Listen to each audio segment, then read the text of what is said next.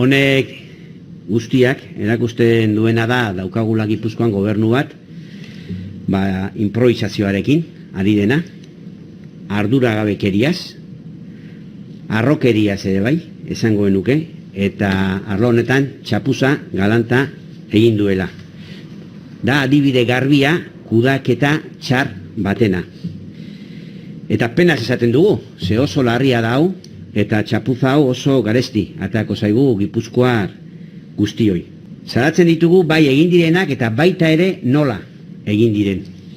Ze azken finean ez da inorrekin hitz egin foru arauak egiteko garaian, ez oposizioarekin, ez garraio sektorearekin, ez langileekin, eta esango genuke prepotentziaz, arrokeriaz, imposizioaz aritu dala gobernua. Eta orain konpondu nahi da beste imposizio batekin. Ez ditxu helduainek esan duen bezala, foru dekretu arau batekin. Ezoiko tramitazioa. Saiesteko oposizioak bere aukerak izatea, eztabaida lasaia, bere zuzenketak, bere aportazioak egin ahal izatea.